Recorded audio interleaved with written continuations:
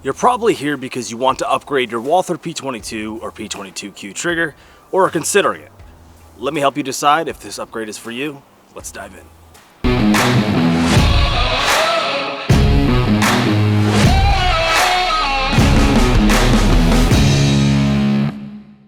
Hi everyone, welcome to another Tandemkross video. I'm Luke, and today we're going to be talking about the Walther P22. A good trigger pull on a firearm is absolutely crucial, and although the trigger pull on the P22 is not horrible, you know Tandemkross always has to push the envelope to make a trigger go from good to great. This is the Victory Trigger for the P22 or P22Q, and like our other triggers in the Victory Trigger line, it's flat-faced, CNC machined, and textured to give you super comfortable, consistent trigger pulls. With a flat-faced trigger, you can pull from a lower position, giving you a lighter felt pull weight, and this little shelf at the bottom here, specifically with this trigger, helps make sure you have optimal finger positioning. The trigger removes some of that gummy trigger travel, but still allows for the double and single action function of the firearm. The trigger comes in black or red depending on your preference, and also it improves the feel of the firearm tremendously, so if you're looking to upgrade your trigger, this is a really good option. I'm going to do some more plinking, and then we're going to kick it over to Tyler where he's going to show you how to install your Victory Trigger to your P22 or P22Q. Let's do it.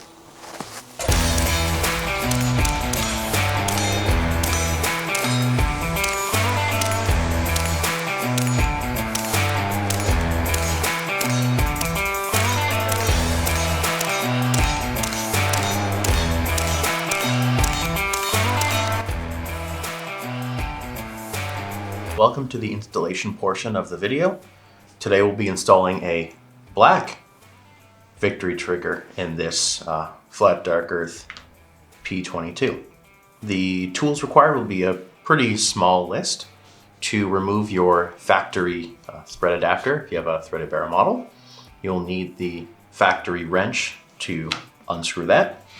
Aside from that, you'll need 2 punches and a hammer. Punch block or a roll of tape to go with would be very helpful. Here we have a 1/8 inch and a 1/16 inch, although the closest metric equivalent would probably be just fine. The P22 has been in production for many years, and as such there are a couple of changes that have been made over time. One of those will dictate how the trigger is installed in your pistol, so be sure to pay attention to that portion. We'll show the differences and then tell you how that will inform the installation of the trigger in your particular pistol. Without further ado, let's move on to actually putting the trigger in. So first up, we're going to go ahead, remove that magazine. It's clear, as you can tell. Likewise, we'll remove our chamber flag and we will visually inspect. Chamber itself is clear. The firearm is safe. At this point, if you have a muzzle device on, you can take your little muzzle wrench and undo that.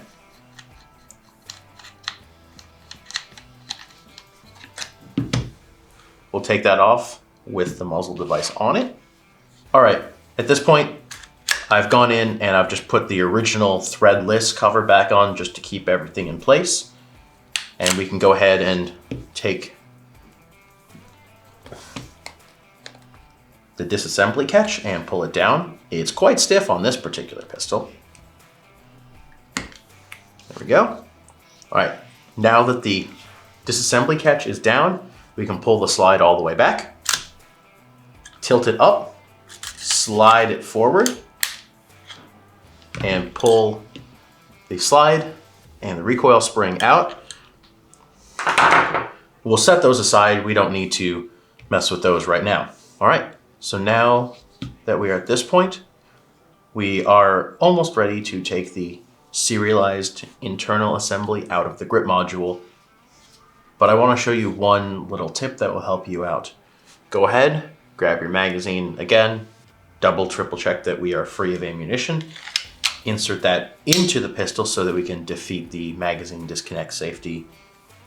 And pull the trigger gently, holding down the hammer. Let that ride forward. That will put some additional slack on the trigger disconnect bar, which will help us in getting that trigger swapped out in just a moment. Now, mag back out. And to remove this inner assembly, we'll take these 2 roll pins and drift them out with the 1/8 inch punch hammer, punch block.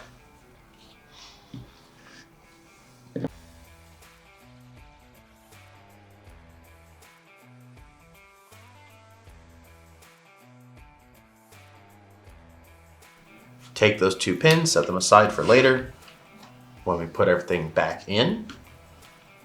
At this point, the only thing that's keeping the serialized internal assembly from coming out is the raised serial number portion right there. You can grab a flathead or any sort of prying tool. I'm just going to use the 16th inch punch and then give the grip module just a gentle flex away. It does not need to be hard, just a little bit of a nudge to get the block started, and you'll see the serial number disappearing up against the polymer grip module there. Now I recommend flipping the pistol over, muzzle end to the left so that you can take your thumb, place it on the slide stop, and then continue to work everything up and out, holding on the slide stop just to keep it retained. Now at this point, I'm still holding onto the slide stop, and I'll show you why. There's a spring that's returning it.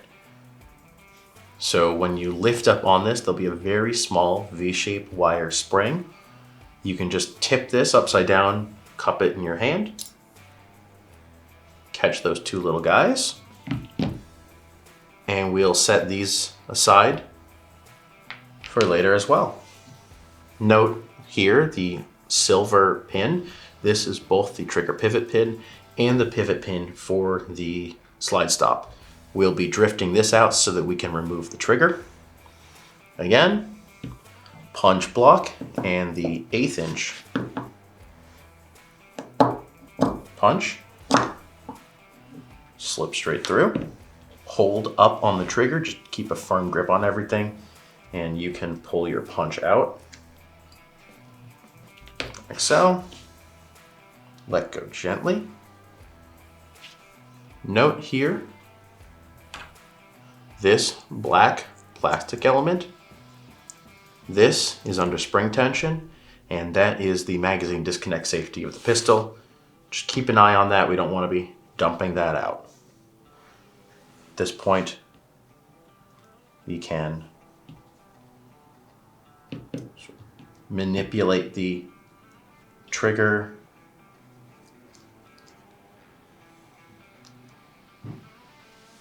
a little bit.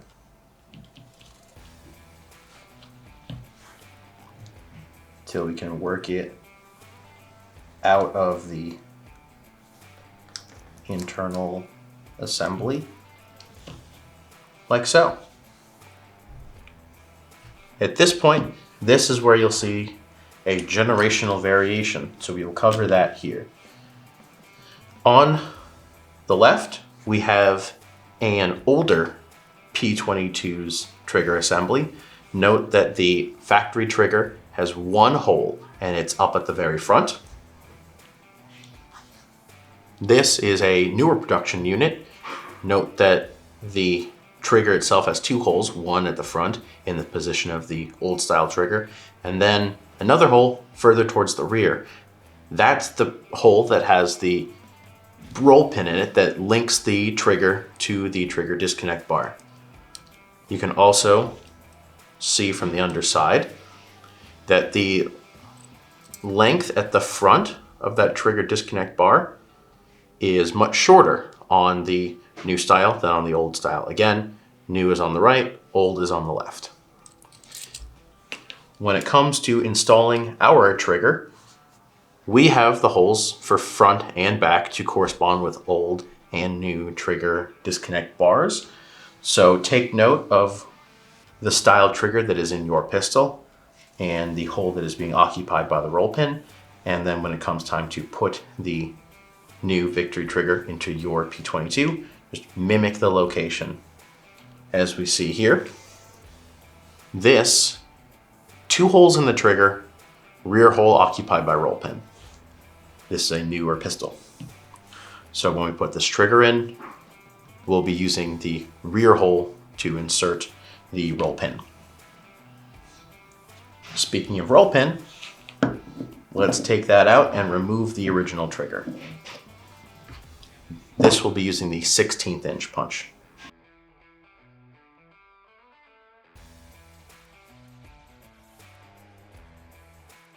Same as before, we'll hold our thumb over everything, keep things locked down, pull out your punch, work your trigger off, and then you'll have this torsion spring, and we'll show how that goes back on. Time to put in the new trigger. Let's clean up our workspace though.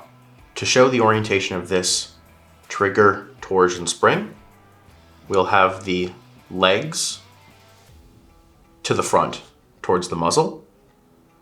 The looped portion at the back here will be resting underneath the trigger disconnect bar so that there is constant return spring force on the trigger. We'll show what that looks like in just a moment.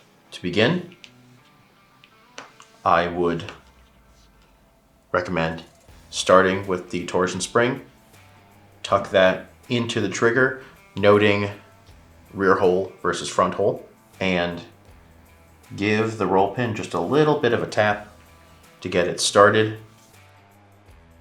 All right, so I've tapped the roll pin in a little bit on the left side, just until it's poking through a smidge on the inside wall there to hold the return spring roughly in its place so it doesn't fall out the back of the trigger while we proceed with the install.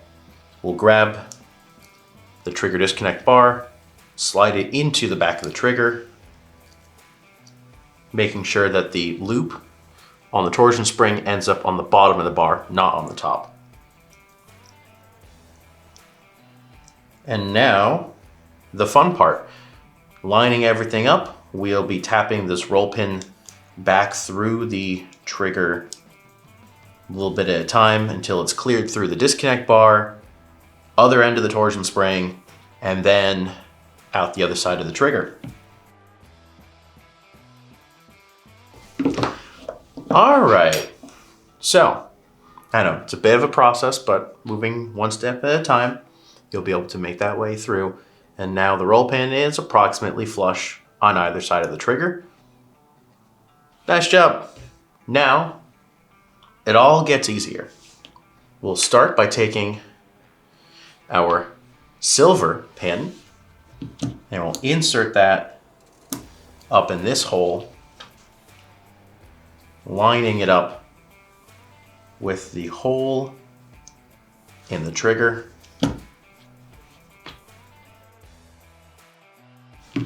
Like so. Pushing it until it is flush to the backside a little bit. A little bit more of the silver pin protruding on the left side will help for this next step, and I'll show you. That is the installation of the slide stop. We'll take our small flat spring. Notice at the very end, it has a right angle bend. We will lay the spring into this oval pocket with the piece with the right angle bend on the bottom. That will slot into the small hole on the back of the slide stop, and the large hole on the slide stop will lay over that silver pin from the previous step. Large hole on silver pin and small hole on the wire. Lift it up, and now we'll just give that a little bit of finger pressure, keeping it in place, and we'll slide the serialized insert back into its home in the grip assembly. Now the final step will be to put these two roll pins back in place. I'll show you that right here. You will note if you lay the two pins next to each other, we have one that's slightly shorter than the other. The shorter one will be going in the back strap here, and the longer one will go up on the front. So that's pin 1.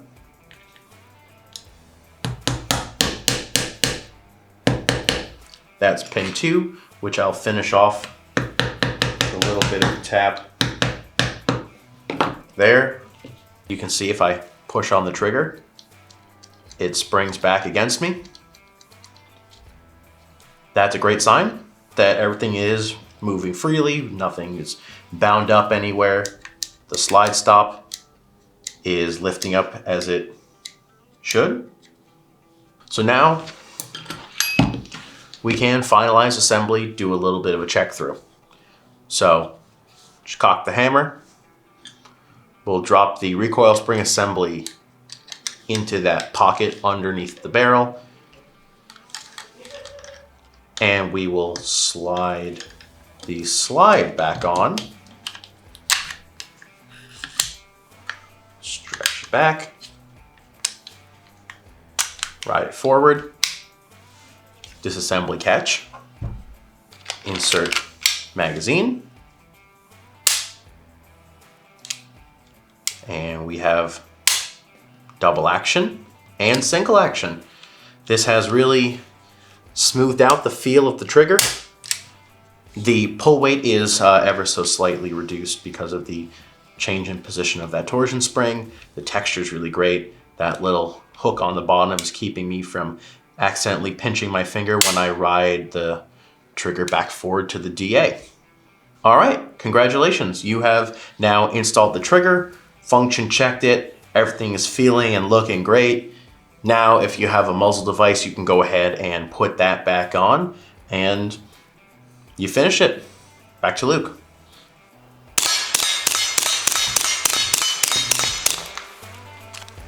Thank you guys so much for watching the video. Make sure you like and subscribe. We'll see you next time. Happy blinking. Make sure to like, subscribe, and share this video on whatever social media platform you use. I'm Luke with Tandemkross, and we're here to make your good guns great. Keep up with us on social media for daily updates. I'll see you next time.